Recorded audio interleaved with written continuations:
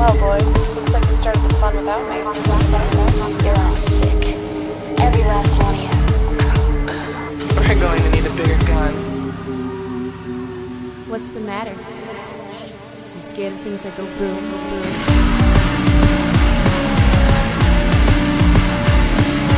Give me one goddamn reason why I shouldn't blow your goddamn brains all over that goddamn wall. My name is Eric, this is Double Feature, and today here getting electrocuted is Michael Kester. It's me, I'm getting electrocuted. God, I fucking love that song so much. We're going to do two movies today that are, I guess it's photography day on Double Feature. It's photography day. I'm not really sure. You would still call look photography, I guess, in its most basic form. Yeah, sure. Candidacy, maybe. Yeah, we're going to talk a little bit about... Candidness, not candidacy. We're not talking about politics, we're talking about being candid. Movies here on Double Feature. Get your fucking facts straight.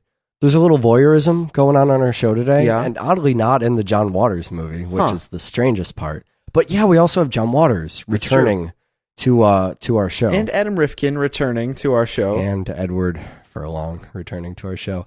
Anyways, we're going to spoil these movies today. And, you can't spoil a John Waters movie. That's I right. don't care if you fucking know what happens. It only gets better the more spoiling you do. It's true. But we are going to spoil Look. Look has some twists and turns, but I don't think anyone really gives a shit. Yeah, right? I would have. Now, I warned people last week about Look. And what I should have said is that it's hella independent. I think that would have been. It's also shot from the point of view of surveillance cameras. Well, you said to me going into it that it was verbatim, quote, hella independent. Right. Thank you, my co-host Eric Ingram. Right. You can't tell.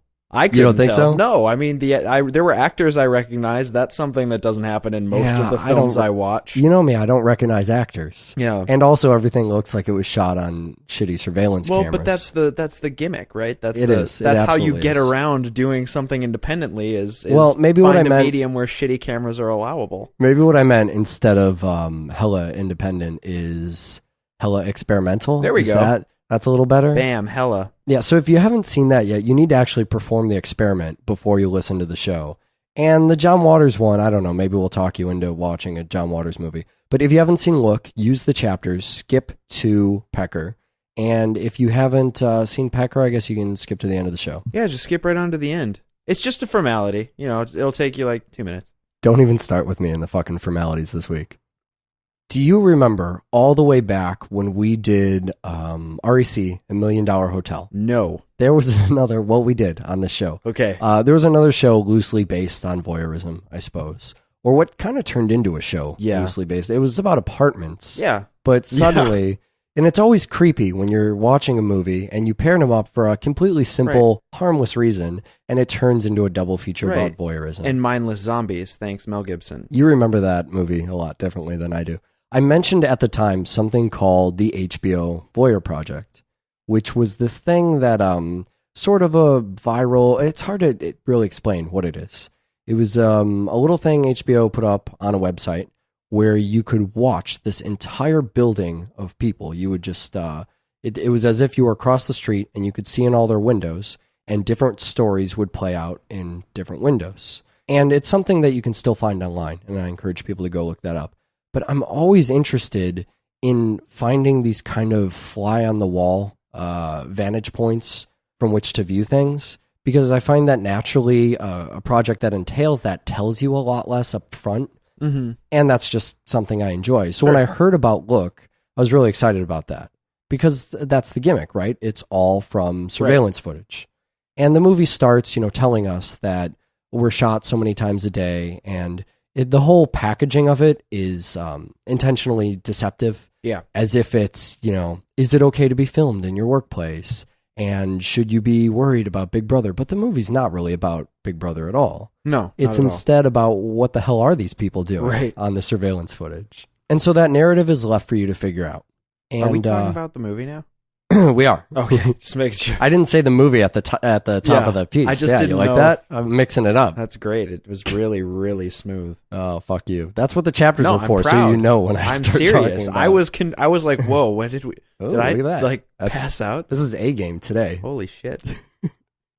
So that's the only context for the film. Right. You don't know if it's going to be one story or several stories or who your characters are. You don't really know a whole lot about it at all. Right. Well, you never really get characters. Right. You're kind of exposed to a bunch of different people all doing different things. And the strange thing is that some of the people play out in full stories, right, where others graduate, and you're supposed to care just as much about every single story as if, for some reason, we're supposed to believe that all people have some level of importance. Yeah, some are full stories. Some are more like snippets. Mm-hmm. They kind of come in at different points in a person's life, in a person's story.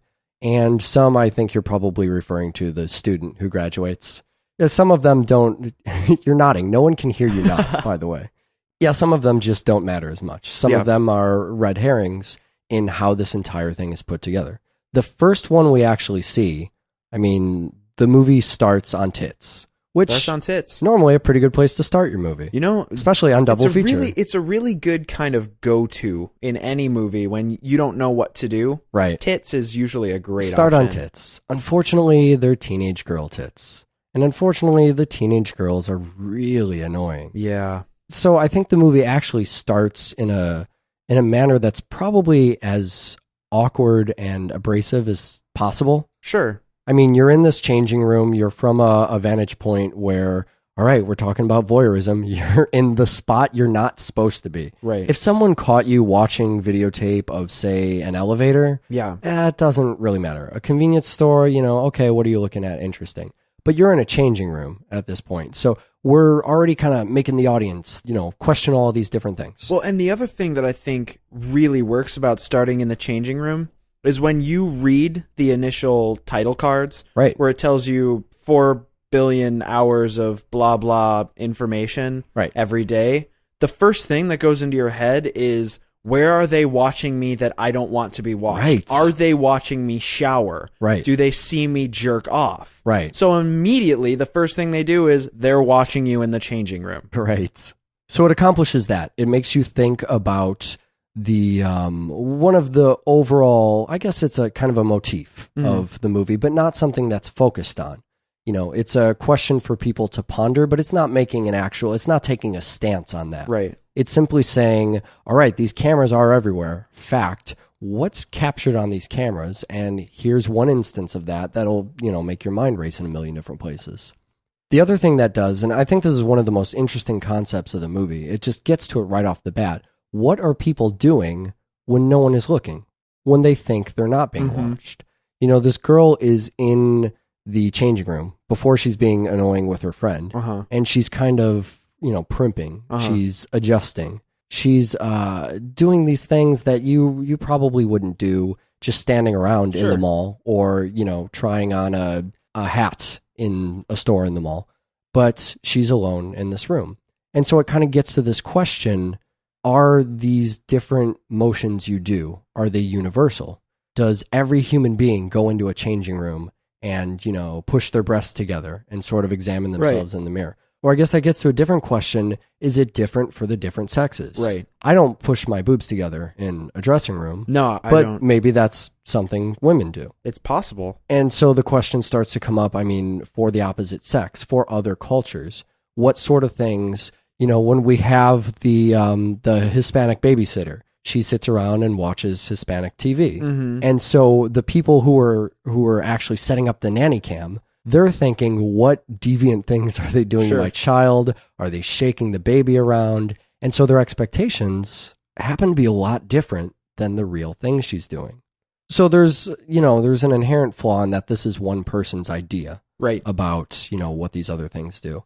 But does that invalidate the questions? Or, how do you feel about the fact that this is basically Adam Rifkin's take on what everybody does, right? He may have asked some people. Well, here's kind of the influences that come to play whenever you start making a film, no matter how experimental.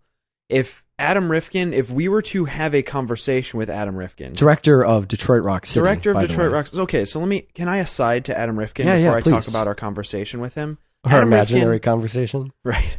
Adam Rifkin directed Detroit Rock City, which we did back with Christmas on Mars. I think we both had a good time with that show. Yeah, absolutely. But he also directed this thing for National Lampoons. It has 2 names, and I don't remember the one I rented already. it as. Right. But the secondary name was called Stoned Age. Oh, God. And it has Giuseppe Andrews. It has the other guy, the actor who is not really a worker at the convenience store. Oh, right, It's good. horrendous. It's an absolutely atrocious film. Sure. This film was one of the most intriguing. I did not expect this to come from the guy that made Stoned Age. Well, one's an art film and one is a red box film. Exactly. And so I would like to just kind of give my kudos to Adam Rifkin for having... tip your hat, perhaps? Yeah, for having some sort of, creative gravity outside of, like, handing poop to each other. Right. Stoned Age, everybody. Did that really happen in Stoned Age?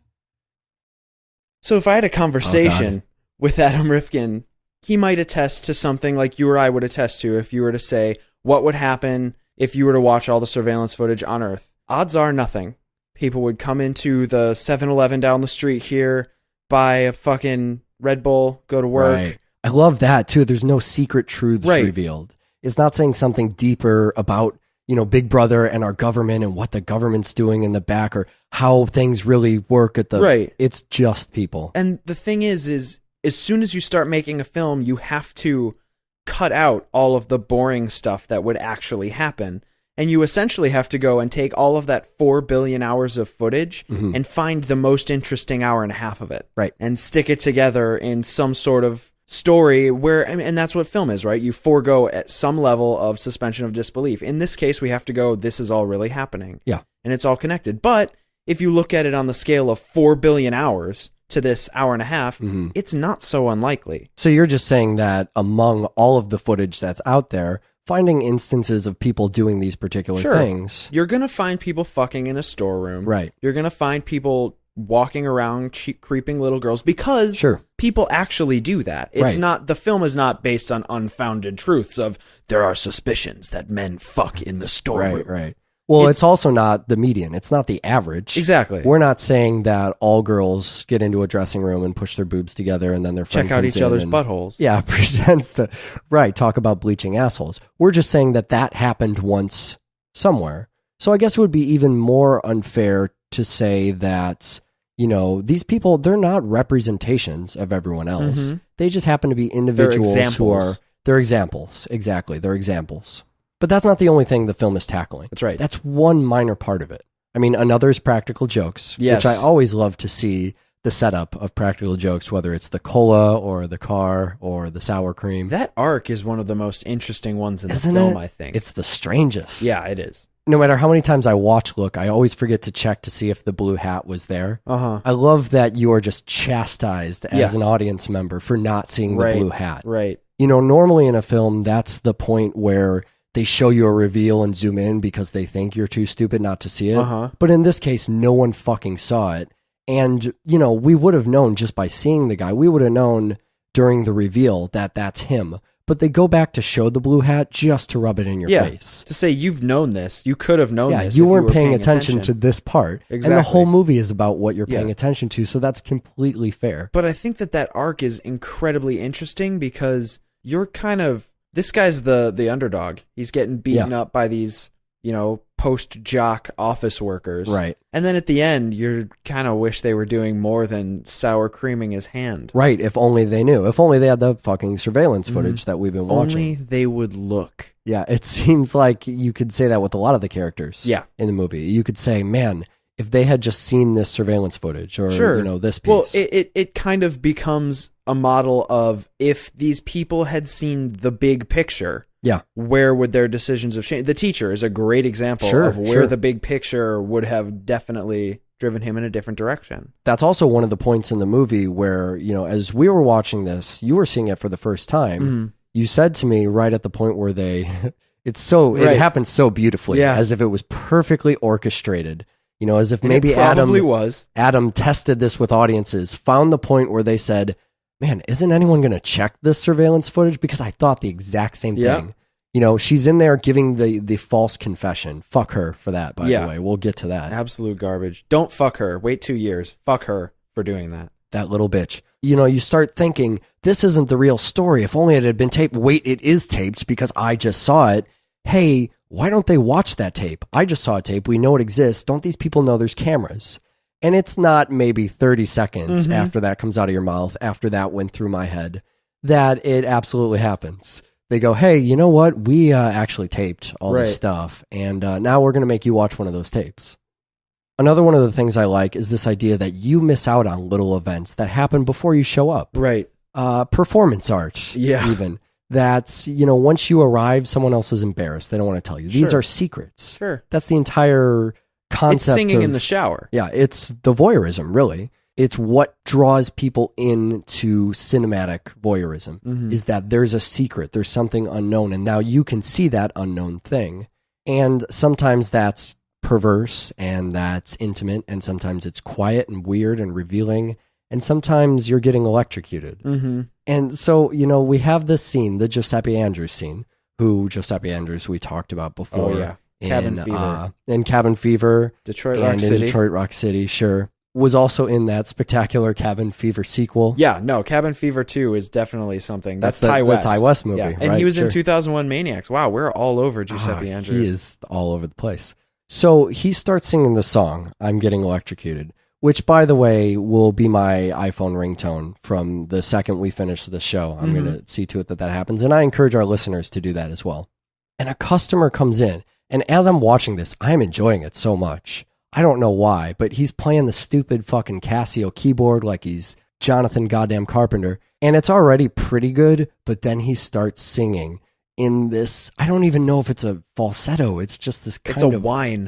It's just a whine. Yeah, and it's pretty amazing. And if I heard, a clerk doing that, it would be great. But he's embarrassed and he stops when the customer comes in, which of course makes you think, what else am I missing out on when I'm that customer and not from this vantage point up here? And I think it's great that Giuseppe Andrews did these songs. I mean, when you check the credits, he wrote a bunch of these. And so the music, instead of having, well, I guess it is a full original soundtrack, right? It's these Giuseppe Andrews songs.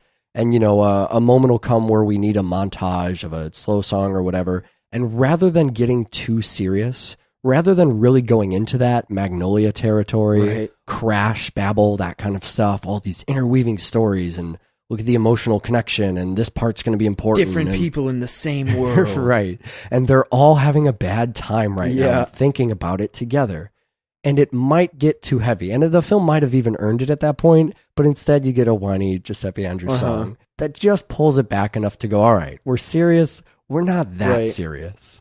So that stuff is perfect. So I kind of wanted to take a step aside from all the things the movie's doing and kind of talk about how it's doing that stuff. That's one of the technical questions that probably comes up as you're watching this. I knew little to nothing about it. So the first question I had is this a documentary? What's going on here? It really wasn't until I started seeing the overacting with the girls or the stuff with fucking sleazy Tony, big Tony, not little Tony, that I started thinking, okay, well, now I know this is fiction, obviously. But, all right, is this actual surveillance footage? Is it coming from cameras? How is this thing accomplished? And you pay a little bit of attention to that, probably more so at the beginning. What do the tickers say? How is that kind of, that destruction of the footage coming along?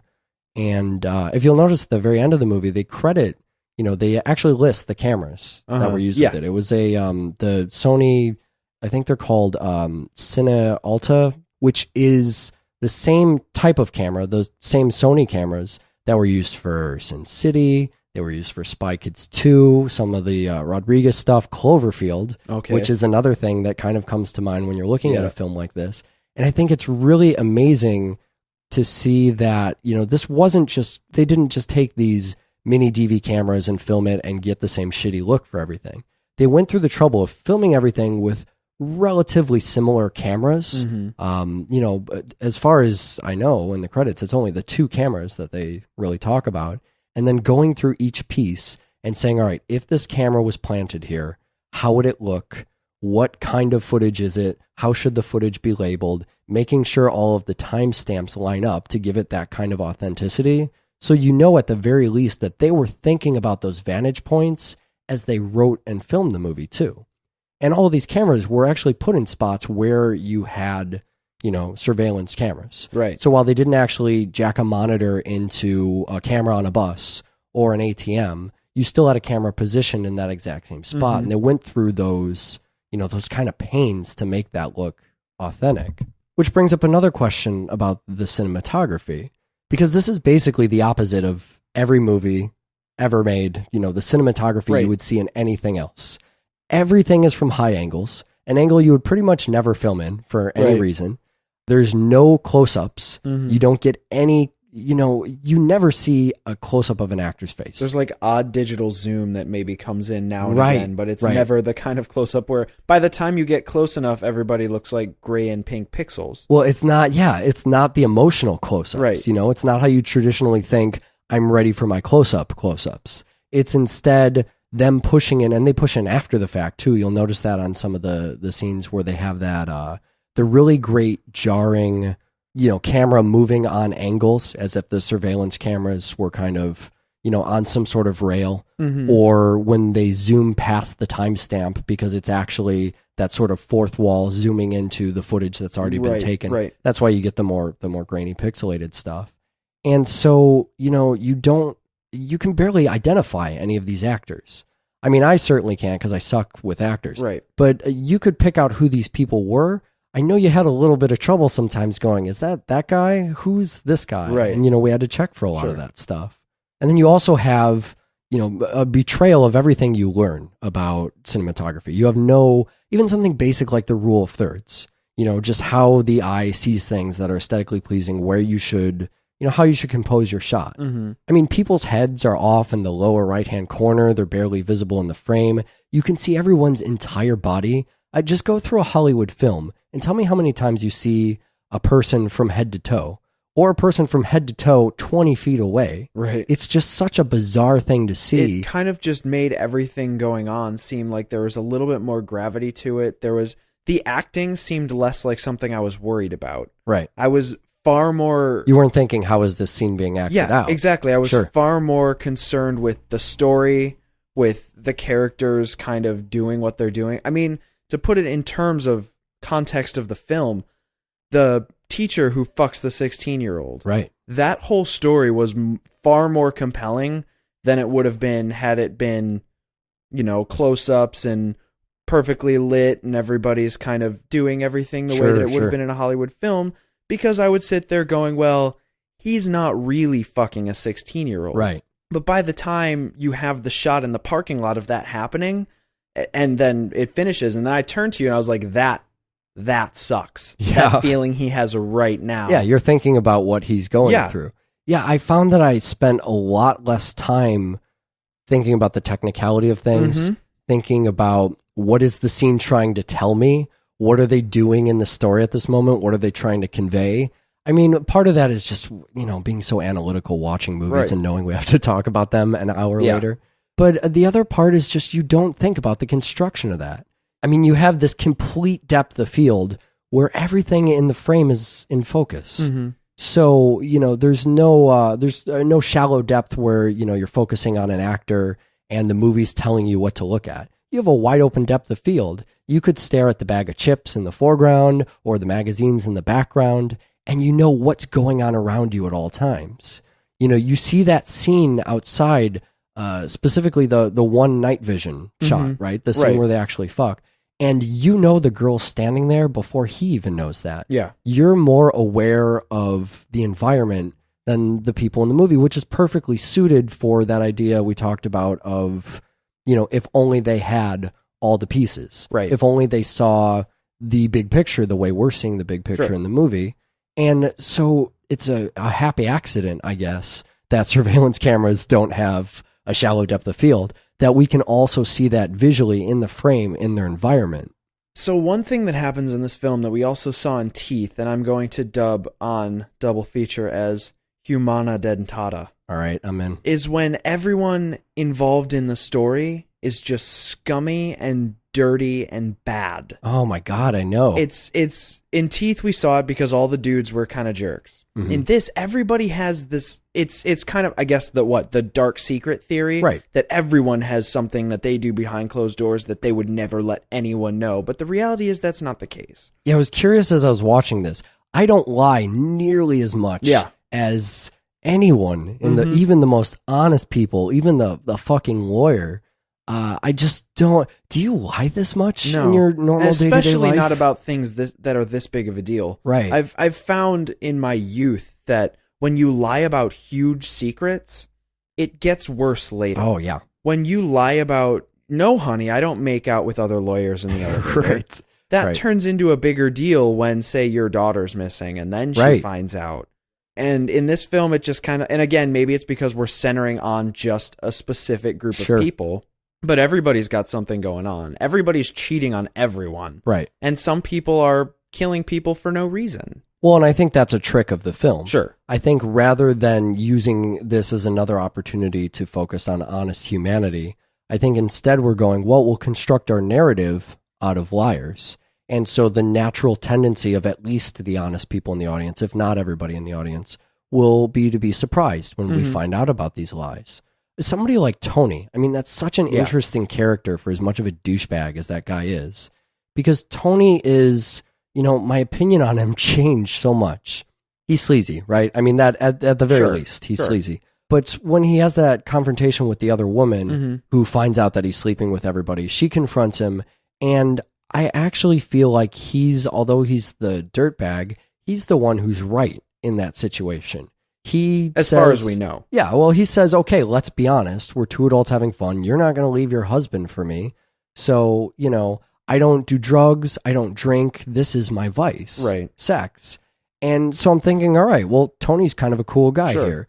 Maybe it's just because we're watching a film full of fucking liars and dirtbags that I think, wow, Tony, you're a jerk. And I mean, just the way he talks to people about balls and little Tony and stuff. He's not the kind of, I mean, if I met this guy, I would think, wow, what a douchebag. Yeah. But now I start thinking, all right, he's got the only correct approach. He's the person I can most agree with, even if I don't really like the guy. But then you find out it's a lie. Right. You see him snorting something, which I didn't even remember from the last time I watched the movie. I just put that out of my mind, probably because I needed to identify with somebody. And you hate him again, right? Yep. I mean, you fucking can't stand the guy. But I wonder, you know, the girl then lies to him about sexual harassment. I mean, do you hate her after that? By that point, everybody's lied except Giuseppe Andrews. Right. All right. He's and then he's the one that gets 50,000. I mean, I think that if the film is saying anything, is that the honest person gets 50 grand. There's something instinctively human about me that says the girl who lied about sexual harassment, she got revenge. She fucked with the guy, and good for her. But in the end, that just makes her a fucking liar, too. I shouldn't like her anymore for that. Sour cream in the dust drawer.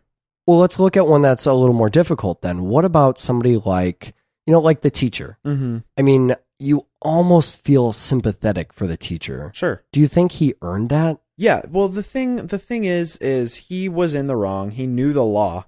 Okay. He cheated on his wife, which is clearly immoral. So he does have that strike against him. Sure. And he also has the knowledge of legality against him. So what he's doing is wrong. But sure. You think maybe the movie's being sympathetic of him? The movie's being sympathetic. He's been baited. But he gave in. The thing that sucks, and I don't know how strong of a statement the movie's trying to make, is that he literally made one mistake. Right. And he's going to go to prison for 10 years, lose custody of his child, divorce his wife. His life is ruined by a single mistake that he was baited into making. So maybe it's saying something more specific about the mistake. How one mistake, because that's the first thing I thought of.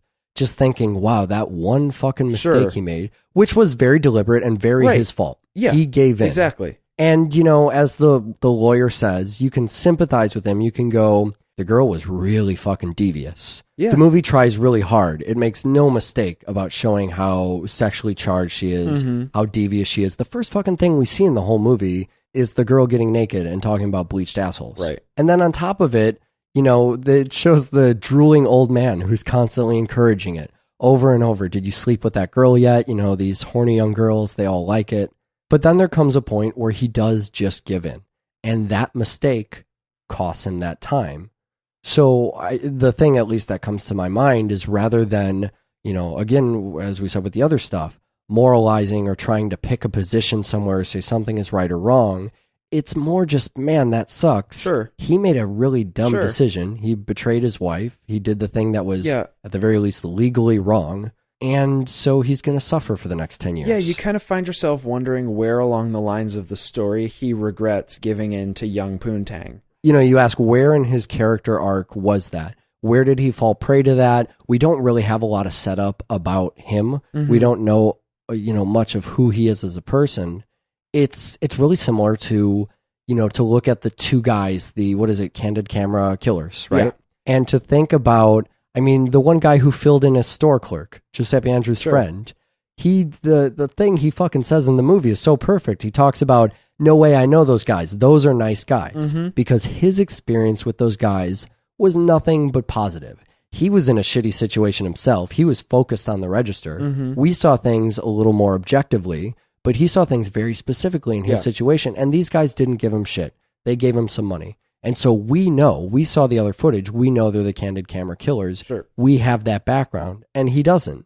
And I think that's very similar. The movie somehow manages to put us in his frame of mind with somebody else, like the teacher, but then also give us his situation and allow him to comment on it to see how the scope looks from beyond that character. Right. So there's a Showtime series on Look. I haven't seen it yet because I don't have Showtime. I don't fucking have cable TV because I get everything digitally. But it's on I think it was on at midnight on Sunday or something. That's a terrible really time insane. Slot. Yeah, right? What is that? But, I'll have to get it on DVD or something. I'm sure it's awesome. The very last shot in this movie is one of my favorites.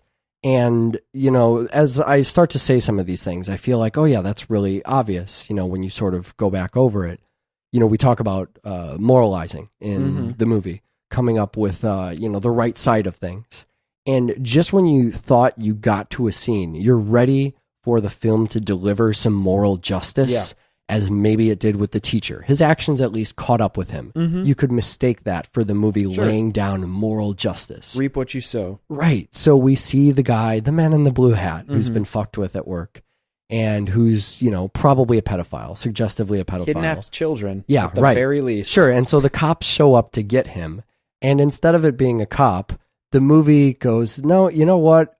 No moral justice here. It turns out he's just being fucked with again. Yeah. Which you could almost see as moral justice. There's almost something karmic about that. That's, he's going to continue to be tortured for the things that he's doing. Sure. But it's really more just funny. Yeah, it's funny and disappointing and honest and true all at the same time. Oh, God. Fucking amazing. Let's talk about Pecker. Okay.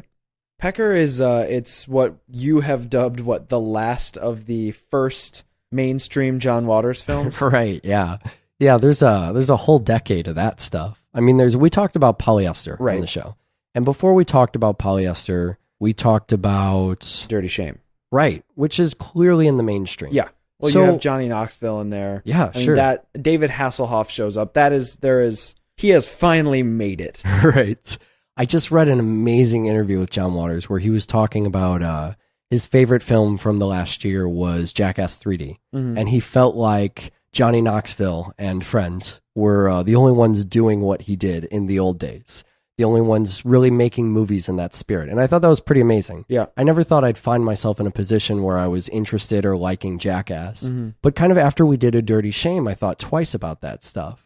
And it's just very interesting that that's out there. But not my point. My point was when we talked about Polyester, right? That was what we thought at the time was the first mainstream John Waters film.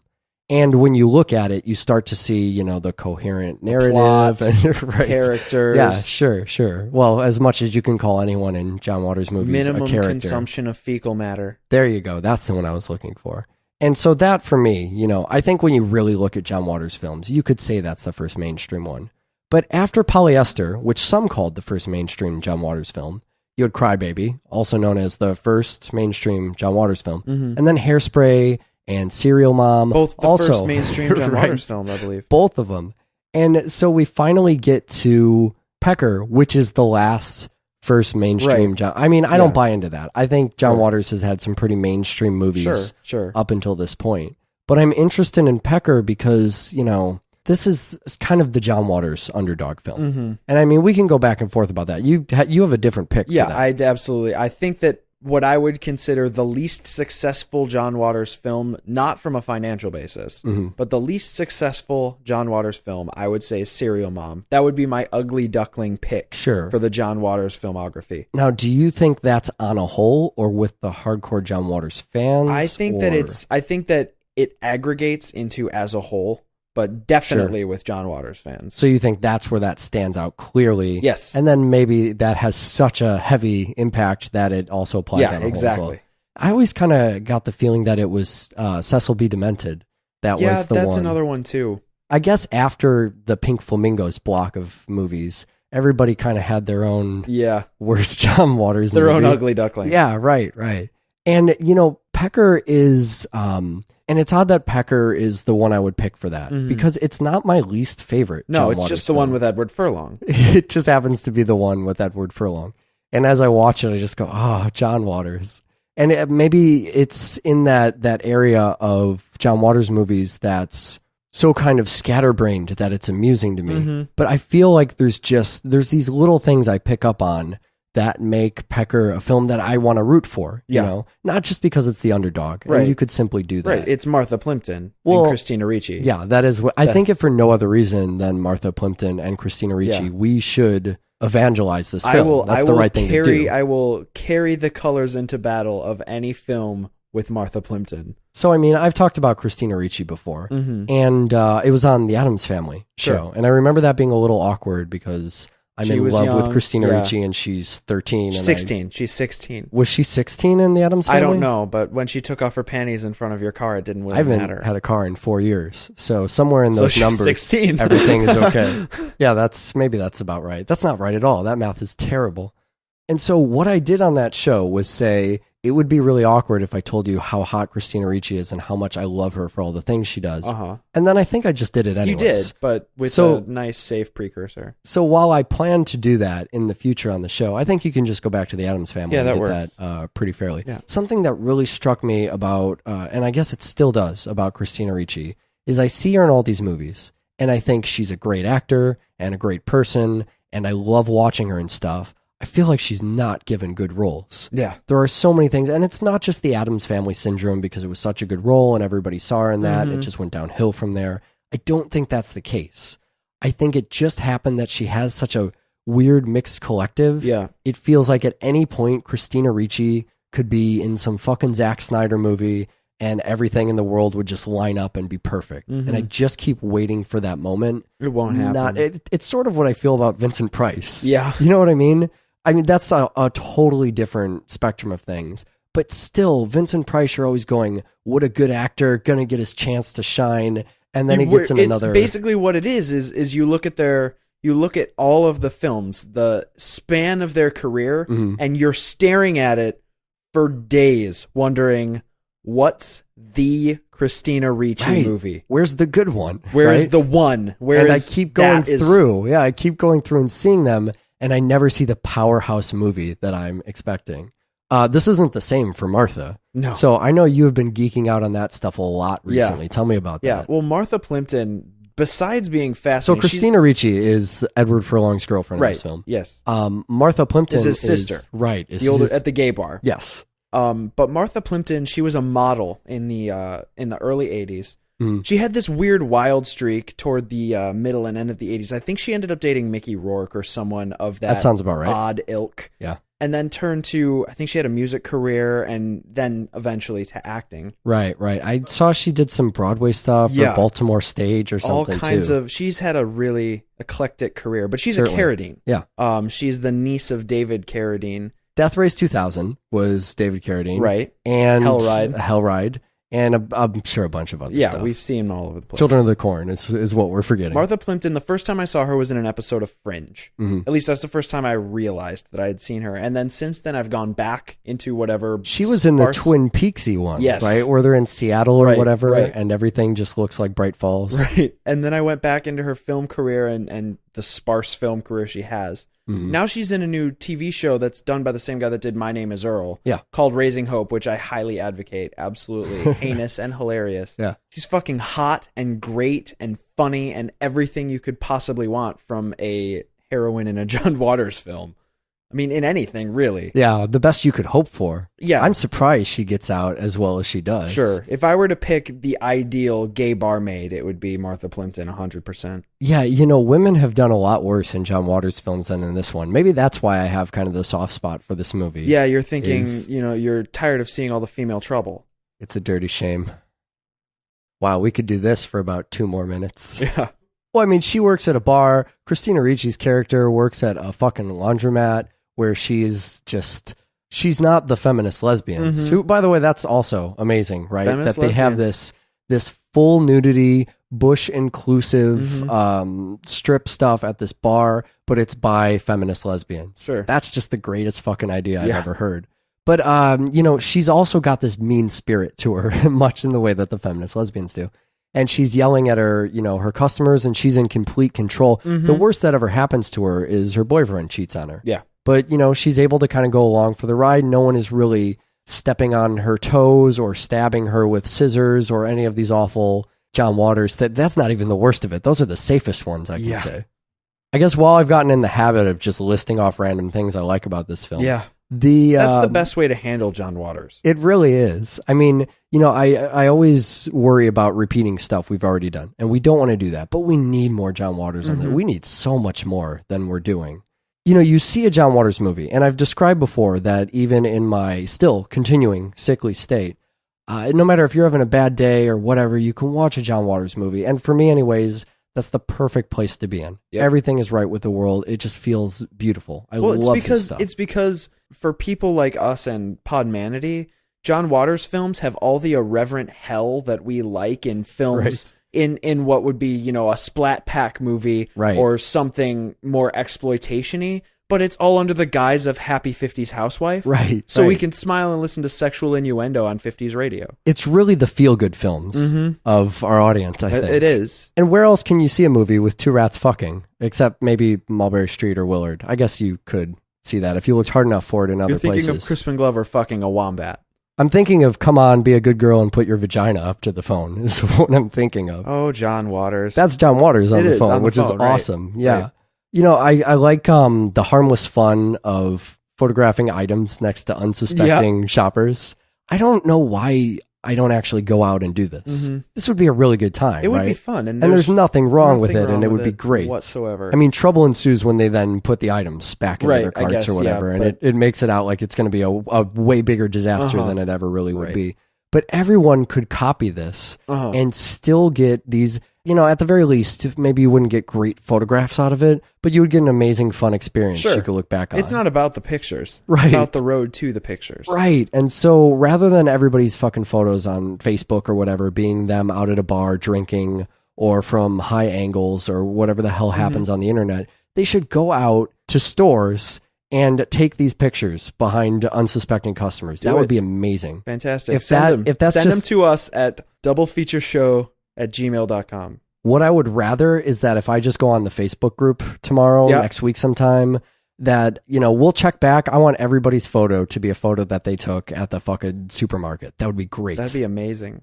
So there is one thing in this film that I despise. And it's commentary. The film comments on it. It touches on it. The film knows that it's speaking. Is it the Flowers of Mary? No, I can handle that. That shit is ridiculous. It's so funny though. Yeah, exactly. It really is. It's just pointing out how absurd it is. The one thing that I cannot stand that this film touches on, and it knows that it's bringing it up, is that every fucking kid under the age of 6 has ADD and needs Ritalin. Right. That shit drives me up the fucking wall. Yeah. If you've ever encountered a child under the age of 6, you know what they're doing? They're running around screaming, asking for candy. Oh my God. Doesn't matter if they have ADD or if they're in a fucking wheelchair. Sure. It's like trying to subdue sexually active high schoolers. Sure. It's like saying, my son wants to have sex all the time. He's 18. Is there a medication for that? Right. Yeah, I mean, that's such a weird area for me, because I know nothing about children. I don't know anything about what it's like being around children. I don't know anything about the medication. There are these completely rational claims that Americans are over-medicated or whatever for things like depression or children with ADD, ADHD, what have you. And then there's also the opposite side that is completely nuts and thinks that all medications are bad and that you shouldn't take any medications. So it always feels wrong for me when I look at, if I can just think critically and go, all children are, on sugar rushes and we can't possibly need to medicate as many of them as we do. I find myself standing over near the group of people who think medicines are bad and hate, you know what I mean? And hate Western science. And so that's a really uncomfortable place for me to be. So I just avoid children at all costs. That's probably a good way to go about it. But if you line that up akin to teenagers want to have sex all the time and should be medicated for it, then it's really easy for me to not get behind that and think it's fucking ludicrous, as John Waters clearly does. Yeah. Right up there with 12-step and all the other wonderful things he loves. And so amongst the pubic hair scenes, we also have the teabagging, which is, this was the popularization of teabagging, which has come up a lot more. There's been all these great references to Pecker on the news when all the stuff happened with the Tea Party. And then there was this whole teabagging slogan thing they did. And I remember seeing all these clips of Pecker, showing up on TV and stuff, which was just awesome. Right. But yeah, so this is kind of where that came from. John Waters jokes about creating teabagging. I don't know if he actually created the phrase, most likely not. Yeah. But it's kind of that found art thing where, and that's something that even when you see, I don't know if you've ever seen any of John Waters' photography. No, I can't say I have. It's kind of the same thing.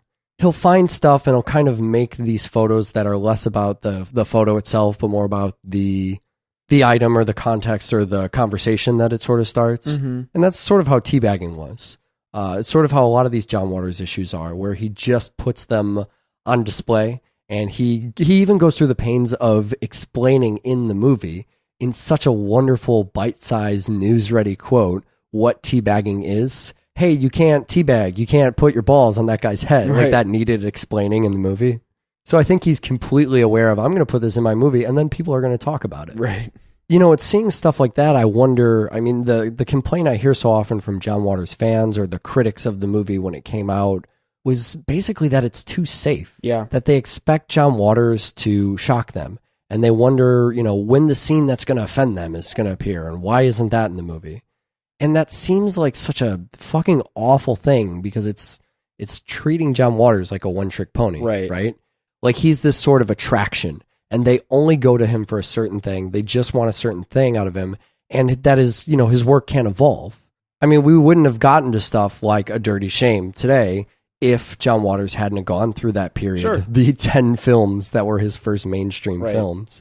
And I don't like the idea that people go to him just for the perversion. Yeah. Not even just because there's so much more there, but it's like this whole story of Pecker where he takes these photos and he takes some of his friends and family, and he doesn't even really realize what his art is. Right. And then it's picked up for a reason other than why he took the photos.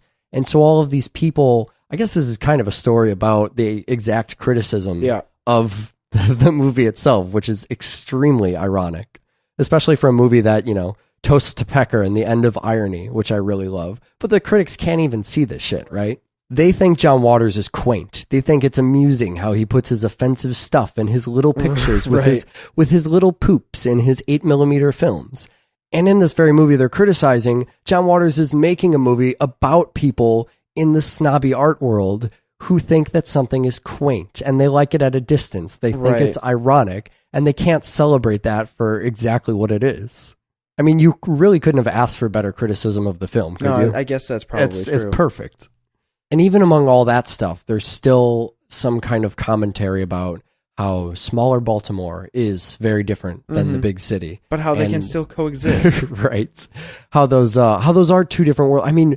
You've lived in the city for a while. I know you go out to the suburbs a little bit more than I do. When I go out to the suburbs, it's still a little weird out there. Yeah, it's weird. And there's nothing wrong about that. There's nothing to look down on, but also to say that that is anything other than the way it is false. That's not the truth of the matter. We've talked a long time about these movies. We got some more movies and some other shit we're doing on the show. Right. One of those things, as always, is doublefeatureshow.com, our website. I mentioned the Facebook. Just go on there, search Double Feature. I want to see those pictures up there. That'd be really cool. I'm not even going to give the email address this week. I just want people to go and take pictures like from the film Pecker, which also means they'll have to go back and now watch the film Pecker because no one did that.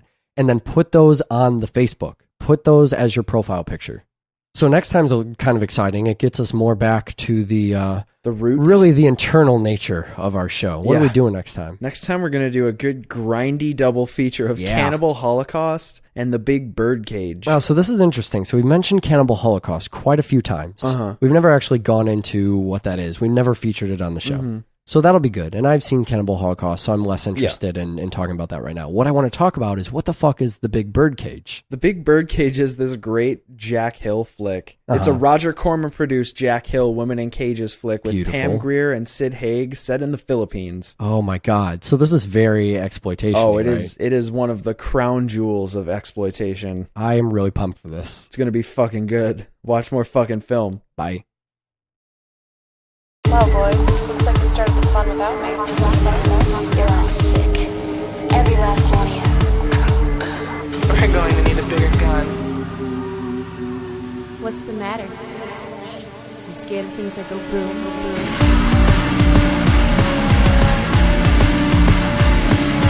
Give me one goddamn reason why I shouldn't blow your goddamn brains all over that goddamn wall. My name is Eric. This is Double Feature, and today here getting electrocuted is Michael Kester. It's me. I'm getting electrocuted. God, I fucking love that song so much. We're going to do two movies today that are, I guess it's photography day on Double Feature. It's photography day. I'm not really sure. You would still call look photography, I guess, in its most basic form. Yeah, sure. Candidacy, maybe. Yeah, we're going to talk a little bit about... we're not going to... not candidacy. We're not talking about politics. We're talking about being candid. Movies here on Double Feature. Get your fucking facts straight. There's a little voyeurism going on our show today, and oddly not in the John Waters movie, which is the strangest part. But yeah, we also have John Waters returning to our show. And Adam Rifkin returning to our show. And Edward Furlong returning to our show. Anyways, we're going to spoil these movies today. And, you can't spoil a John Waters movie. That's I don't care if you fucking know what happens. It only gets better the more spoiling you do. It's true. But we are going to spoil Look. Look has some twists and turns, but I don't think anyone really gives a shit. Yeah, right? I would have. Now, I warned people last week about Look. And what I should have said is that it's hella independent. I think that would have been. It's also shot from the point of view of surveillance cameras. Well, you said to me going into it that it was... verbatim, quote, hella independent. Right. Thank you, my co-host Eric Ingram. Right. You can't tell. I couldn't You don't think tell. so? No, I mean, there were actors I recognized. That's something that doesn't happen in most of the films I watch. You know me, I don't recognize actors. Yeah. And also everything about that. Because that's the gimmick, right? It's all from surveillance footage. And the movie starts, telling us that we're shot so many times a day, and the whole packaging of it is intentionally deceptive. Yeah. As if it's, is it okay to be filmed in your workplace? And should you be worried about Big Brother? But the movie's not really about Big Brother at all. No. It's instead about what the hell are these people doing on the surveillance footage. And so that narrative is left for you to figure out. And, are we talking about the movie now? We are. Okay, just making sure. I didn't say the movie at the top of the piece. I just didn't you like know that? I'm mixing it up. That's great. It was really, really smooth. Oh, fuck you. That's what the chapters are for, I'm so proud. you know when I I'm start serious. talking about I was like, whoa, when did we... Oh, did I, look at that. pass out? This is A game today. Holy shit.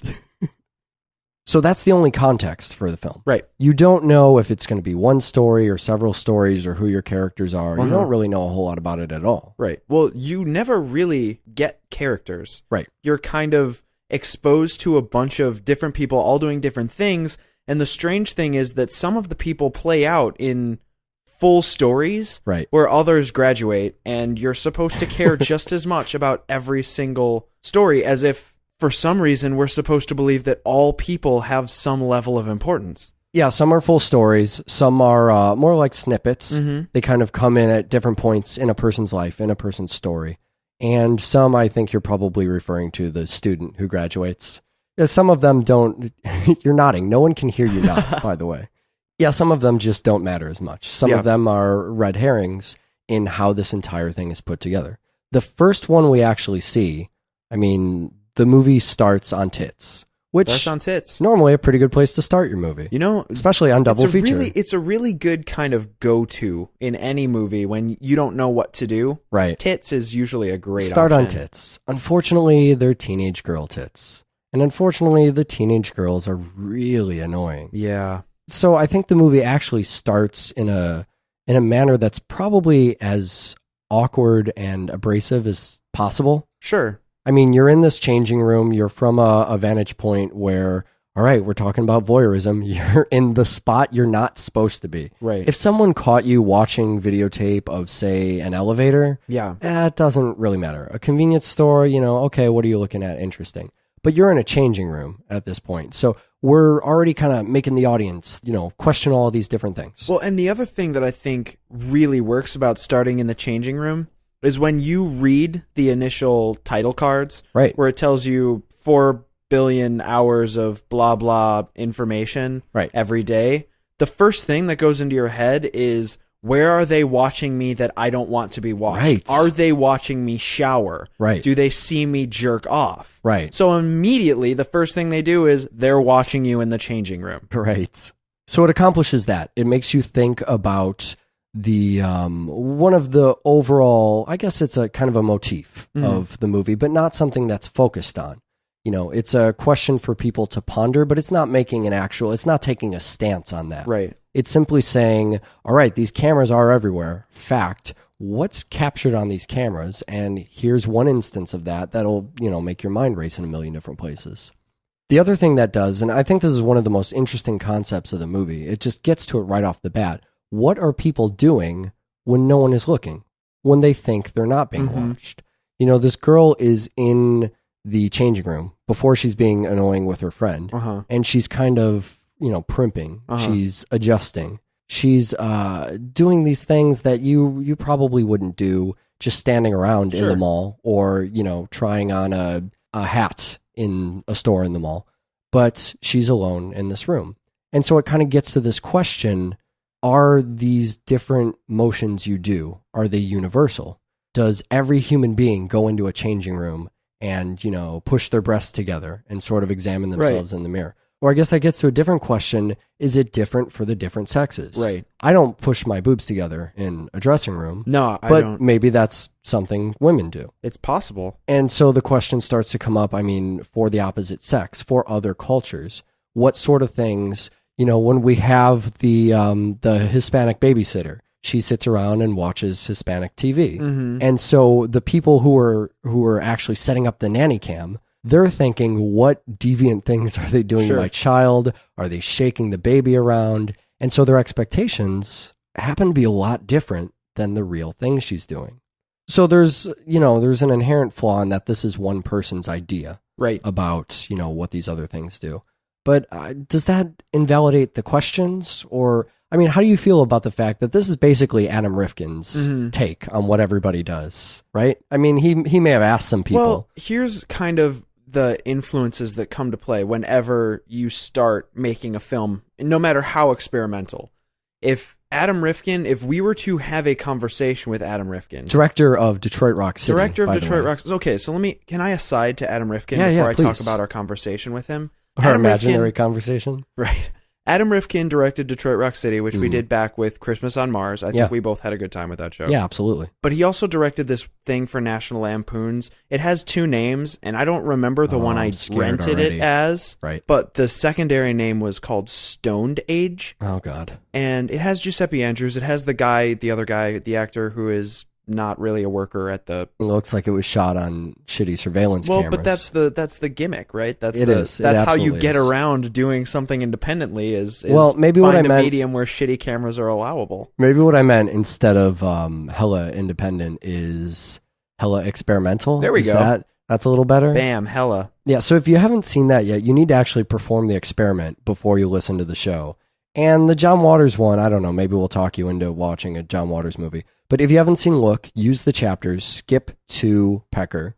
And if you haven't seen Pecker, I guess you can skip to the end of the show. Yeah, just skip right on to the end. It's just a formality. It'll take you like 2 minutes. Don't even start with me in the fucking formalities this week. Do you remember all the way back when we did REC, $1 Million Hotel? No. There was another, we did on this show. Okay. There was another show loosely based on voyeurism, I suppose. Or what kind of turned into a show loosely based. It was about apartments. Yeah. But suddenly, And it's always creepy when you're watching a movie and you pair them up for a completely simple, harmless reason, and it turns into a double feature about voyeurism. And mindless zombies, thanks Mel Gibson. You remember that movie a lot differently than I do. I mentioned at the time something called the HBO Voyeur Project, which was this thing that sort of a viral, it's hard to really explain what it is. It was a little thing HBO put up on a website where you could watch this entire building of people. You would just, it was as if you were across the street and you could see in all their windows, and different stories would play out in different windows. And it's something that you can still find online, and I encourage people to go look that up. But I'm always interested in finding these kind of fly-on-the-wall vantage points from which to view things, because I find that naturally a project that entails that tells you a lot less up front. Mm-hmm. And that's just something I enjoy. So when I heard about Look, I was really excited.